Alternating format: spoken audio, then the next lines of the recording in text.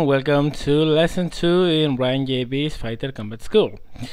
In the first lesson we saw some basics of energy tactics and some basics on how energy works for fighters and planes, mostly on World War II, but that also holds true for modern planes. What we are going to see today is more basic stuff. It's not going to be advanced yet, because first I want to show you guys the basics of how planes fly and how they are controlled, because we need that first before moving on to more specific things. So this chapter, what it's going to be about, is about the plane, which are its control surfaces, how do they affect the plane in flight, also some basic stuff about aerodynamics, how drag works, because that's important for later more advanced stuff. And finally we're going to see exactly which parameters of planes are important in measuring performance. But before all of that, I want to give again a huge thank you to Shadow Visigoth for the amazing intro he made for me for this series. You saw it at the beginning. Again, visit his channel, take a look. He's an amazing editor, and as you can see, his is a work of art. So thank you very much again. And well, let's get started. So what we have here is a diagram of an airplane and all the important control surfaces it has. We are going to go through them from the 12 o'clock point and clockwise back to the 12 o'clock. So we start with the vertical stabilizer. It controls yaw. Actually what this thing does is to control the heading of your plane, and the stabilizer is there to direct the flow of the air in the same way as the plane is moving towards. Second is the rudder. Change yaw side to side. This control surface what does is to control the yaw of your plane in the one of the axes of the plane. We're going to see it better later. Then is the elevator. The elevators change the pitch up and down. These things are the control surfaces that make your plane go up, put the nose up and down. Next, we have flaps. They change lift and drag. Basically, in War Thunder, you have three different settings. One of them is landing flaps. That's toggle with the FK when your gear is down. That setting creates a lot of lift, but creates also a lot of drag. There's another setting which is selected automatically when you are taking off, which is takeoff settings. They create a lot of lift, they create a lot of drag, but not as much as the landing setup. And finally you have combat flaps. Combat flaps actually they vary a lot between different planes, and those what they are is add reasonable amount of lift, but they also add a little bit of drag. So they help you up in closing turns and turning tighter for a while. They also add drag, so they are going to slow you down. Next one is aileron. They change roll. So basically what makes your plane roll is your ailerons. When you put your stick or you press the right key to roll to one side, you see one elevator go up, aileron go up, and the other one go down. Next one are spoilers. Actually, there are no planes in War Thunder with spoilers. There are some planes with air brakes. Those what do is to add a huge amount of drag to slow you a lot. They are mostly on dive bombers because they needed that not to get too fast during dives. The next one are slats. Slats are some automatically deployed control surfaces. You don't control them. They are to actually pop out and go in on their own. They are only present in some planes. They are not in all of them. For instance, the BF-109 has them, still not modeled in the game, I think. But you can see them going out and in. And those what they add is when they go out, they create a lot of extra lift so helps you with turning and that kind of things. Also, they create some drag as well, but not a lot, so they are a very efficient way to get extra lift at low speeds. The next thing is the fuselages. They hold things together and carry payload. Actually, the fuselage does a lot of more things. It's actually helping you also with the vertical stabilizer to keep your heading steady.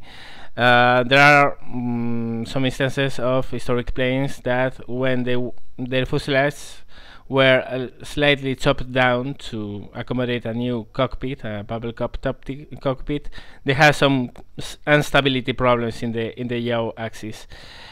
But yeah, basically that's the thing that holds things together and carries you. Cockpit, command and control, nothing to say about that. Jet engine, general thrust. Well, in your plane, World War II plane, is going to be a propeller, unless you are in a jet, of course. The wing, general lift, and the horizontal stabilizer controls speeds. Is what keeps your pitch steady. So if you lose any of these control surfaces, you are going to experiment a huge difference in your aircraft behavior.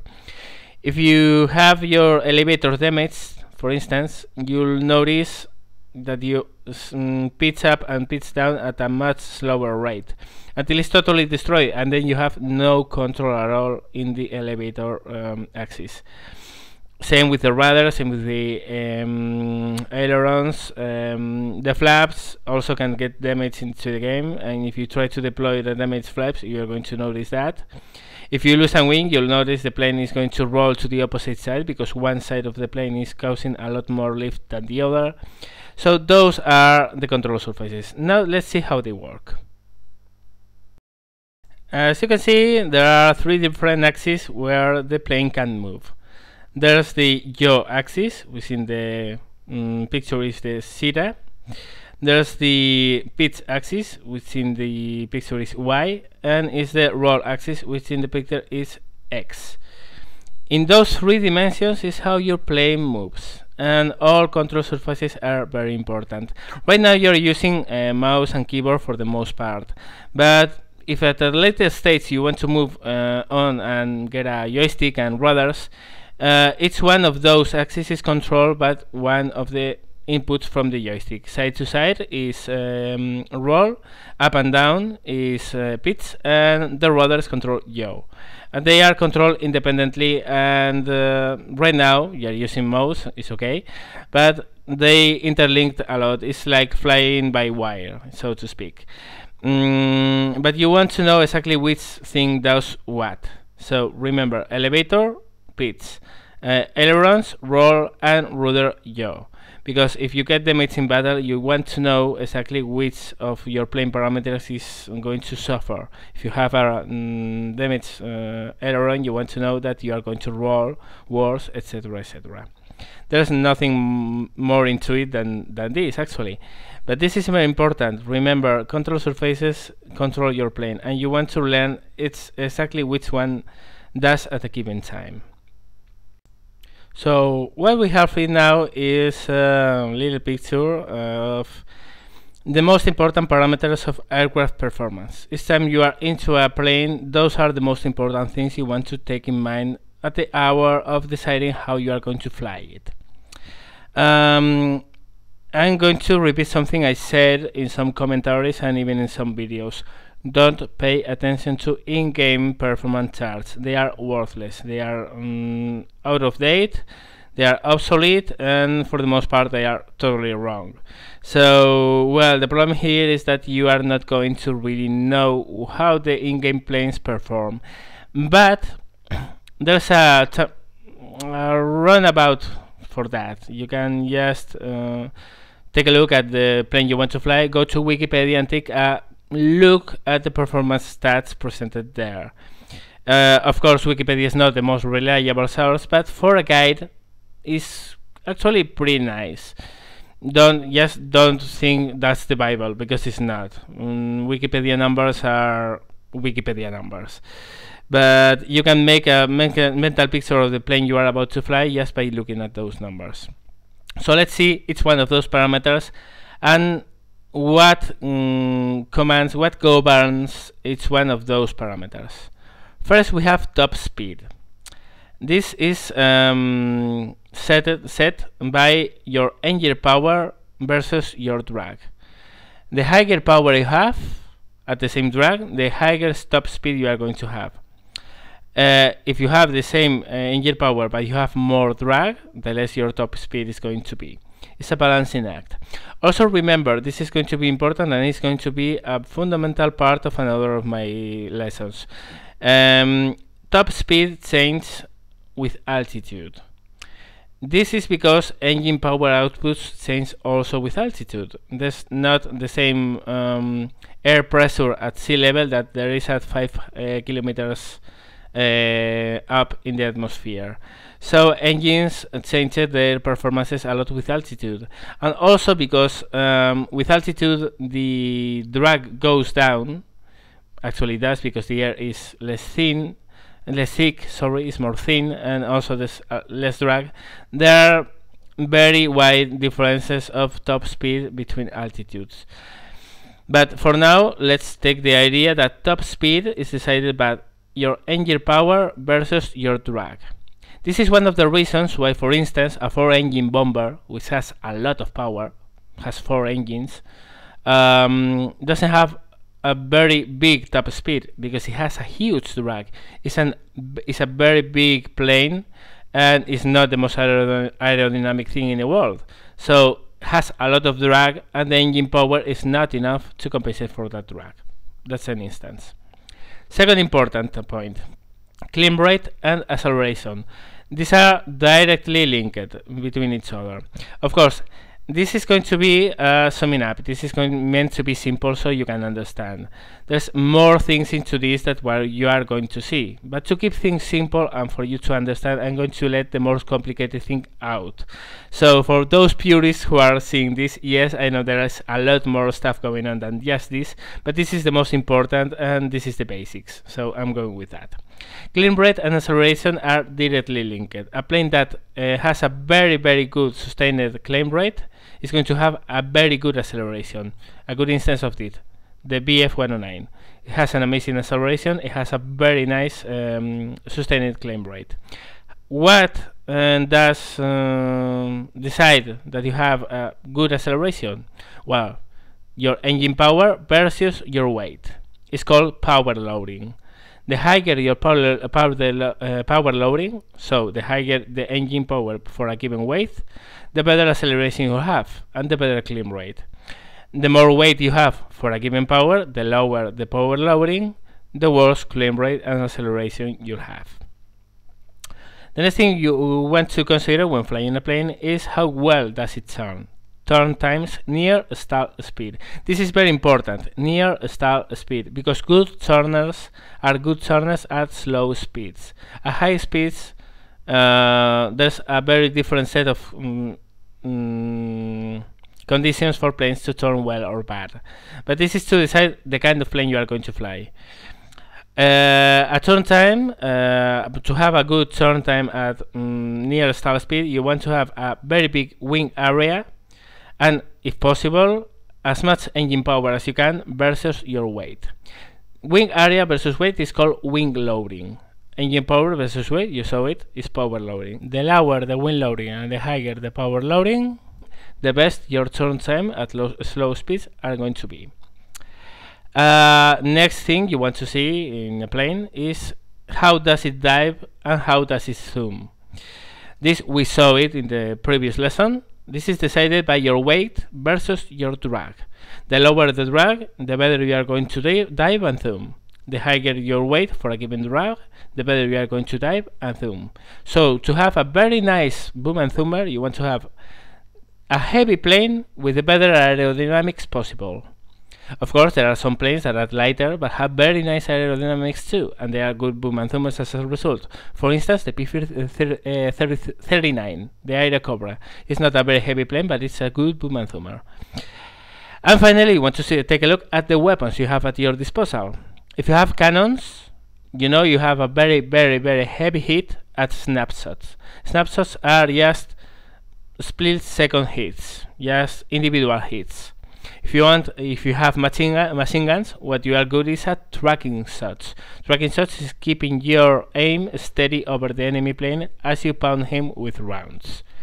So to know exactly what kind of maneuver to pull to kill an enemy plane, you have to know which weapons do you mount. If you mount 4 20mm cannons, you know you can go for the snapshot and have a high percentage of possibilities of dealing very hard damage in a very brief period of time. If you have machine guns, you know you want a steady stream of bullets hitting the target because if you hit them with a couple of rounds, you are not going to do a lot. So this is mostly what decides the performance of a given plane. When you are in a new plane, and I'm asked this a lot, what is good this plane for? What does the Spitfire do well? I don't know the planes, I don't know what to expect from them. Well, just take a look at these parameters, and with a brief look you can select how it's going to be good or bad. If it has a very big wing but it's very light, it's going to be a very good turner. For instance, the 0. If it has a very heavy frame and is quite aerodynamic, it's going to be a boom and thumber. If it's very fast and has a very good clear rate and acceleration, it's going to be a good energy fighter. So you want to take a look at this before actually flying the plane to know what exactly to expect from it. So let's go on. This is one of those moments when I ask you not to freak out. This is just a formula and I'm going to explain it to you. This is so you know exactly how drag works, and this is very important in the long run. You don't have to remember this formula, it's just a description of how drag works. This is the drag equation. This is a formula that's actually used by engineers to calculate the drag that anything experience when moving through a fluid. This might be water, a fluid, or air. So that's actually a formula used in aerodynamics. Fd is the drag force, is what you are looking for. Is the final drag your plane is going to be subjected to. 1/2 rho. Rho is that little p there. P in that little p is the mass density of the fluid. In case of air, it's the fluid and the mass density of the air. V square is the speed of the plane relative to the air. C sub d is the drag coefficient. We are going to see later what this is. Drag coefficient basically what is coefficient which is related to the shape, dimensions, and aerodynamic form of the plane in question. And finally A is the area of your the plane is showing to, the fluid is moving into, so air. So let's recap. 1/2 rho b squared c sub d a. 1/2 the mass density of the air, speed squared, drag coefficient times area. Which basically this means is, as you can see, v is square. So drag increases exponentially with the speed. This is very important because very minor increases on the coefficient of drag or the area of the plane is going to create a lot more drags at very high speeds, because v depends on the speed you are moving at. C sub d is your drag coefficient. This is caused by the shape of your plane, and I'm going to show a little screen here so you can know exactly what I'm referring to. So here we have different shapes of wings. Just forget about the wings now. This is actually a little showcase of why laminar flow wings are better than others. But whatever, you can see as the different the shape, the different the CD is. CD is the coefficient. The lower the coefficient, the better. Yes, shape decides how resistant is a thing to move through an object or not. You can see this in cars, for instance. You know, big, bulky, squared cars are not very efficient in aerodynamics, and new cars tend to be super teardrop shaped, very smooth curves, and this is because the designers, what they are trying to do is to emphasize and to increase the smoothness of the car moving through the air. In planes it's exactly the same. The better the aerodynamic shape of the plane, the lower the CD is. And back to formula. What you are noticing here is not only that speed is squared here, so it's an exponential factor in this formula.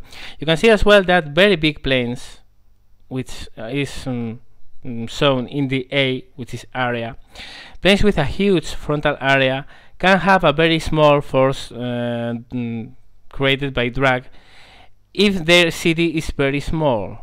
So very aerodynamic planes can be very good in the end, because if they have a very smooth fuselage and frame, and it's very aerodynamic, it can have very good of drag. Conversely, very small planes can also be very bad from an aerodynamic point of view. So very small planes will have a very small A, but will have a huge C sub D, which in the end means a higher drag force. So what this means is, and you're going to see also later, is that big planes don't necessarily have to be worse in aerodynamics, and this is very important again because it emphasizes the purpose of boom and zoom, and also shows that some light planes simply can't boom and zoom at all because they produce a lot of drag and they can't dive or zoom very well. Also, area is related to another thing. Of course, when you are just flying straight and moving forward, that A is going to be your frontal area. But if you are pulling in the stick, that area is going to change, because to change your direction, your plane is going to show a lot more of it than just the frontal area. And this is going to lead us into something called angle of attack, which I'm going to showcase next. So here we have angle of attack is a little angle you see in the lower right section. It's basically the angle between your wing and the incoming air, which isn't always coming from just in front of you. If you notice ever a plane taking off or landing, mostly landing is much more evident, the plane flares out before touching down.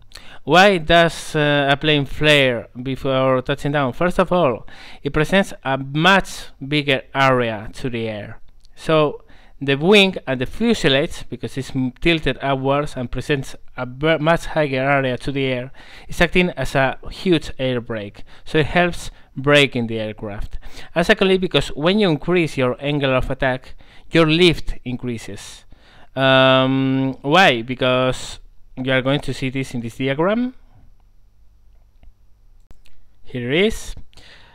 In the first wing, top of all, the plane is moving just forward. There's some air going up the wing, and there's some air going down the wing. What creates lift in a wing is actually the differential of the mass of air that goes over and under the wing. And a wing, what does is create artificially, by moving forward, a low pressure over the wing and a high pressure under the wing.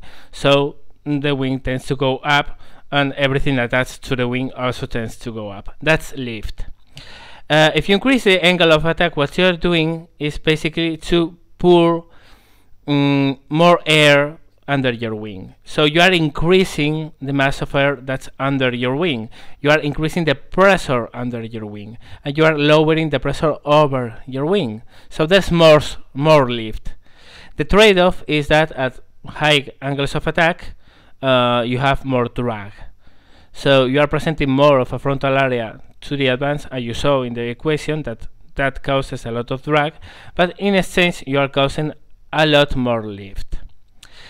In the end, if you pull a lot up a lot and air speed is not enough to follow the wing contour on the top, what you are going to get is a stall. You won't get a lot of this in arcade mode in War Thunder, because the instructor basically doesn't let you stall. But if you ever move on to more advanced realism settings, you are going to experience this. If you pull too hard or you pull up at too slow speeds, the air simply stops circulating on the top of the wing, and suddenly all the lift created is lost. And suddenly what happens is that wing that stops creating lift, and that's why the reason the wing falls off and the plane has to nose down to win some speed and gain circulation over the wings. Why is this important? Because when you pull the stick to turn, for instance, you are not moving forward. What you are doing is presenting a higher frontal to the air and creating a lot more lift, and that lift is what helps you turning. This means that anything you do that requires an increase in AOA, angle of attack, is going to create a huge increase on drag, and as such is going to cost you speed. And as such, any maneuver you pull that requires a change of angle of attack is going to cause you to slow down, to lose energy, to lose speed. Also remember, and keep this in mind, I'm simplifying things a lot. There are a lot more things than just this when flying a plane in War Thunder. The flight models, the ones that are in place, are pretty advanced. So there's parasitic drag, induced drag, there are a lot of things, but these are the most basic ones. So, well, I think that's enough for today's chapter. First of all, because it's almost half an hour now, and second, because I don't know if I can't upload this much in a reasonable time. In any case, there's going to be another lesson in a couple of days, I guess. 2 or 3 days, I hope. So yes, keep tuned, and as always, any question you have, anything you want to know about this video, if you have anything you want to ask, yes, do so in the comments below, or I'm going to put a link in the description to the War Thunder forums, where you can discuss, ask whatever you want to do there. Of course, if you like this video, if you think these series are helping you to understand flight better and to be a better pilot, give me the thumbs up. And if you haven't yet and you want to see more of this, which I'm going to do, then subscribe. Thank you very much for watching. Hope this lesson helped, and see you next time. See you later.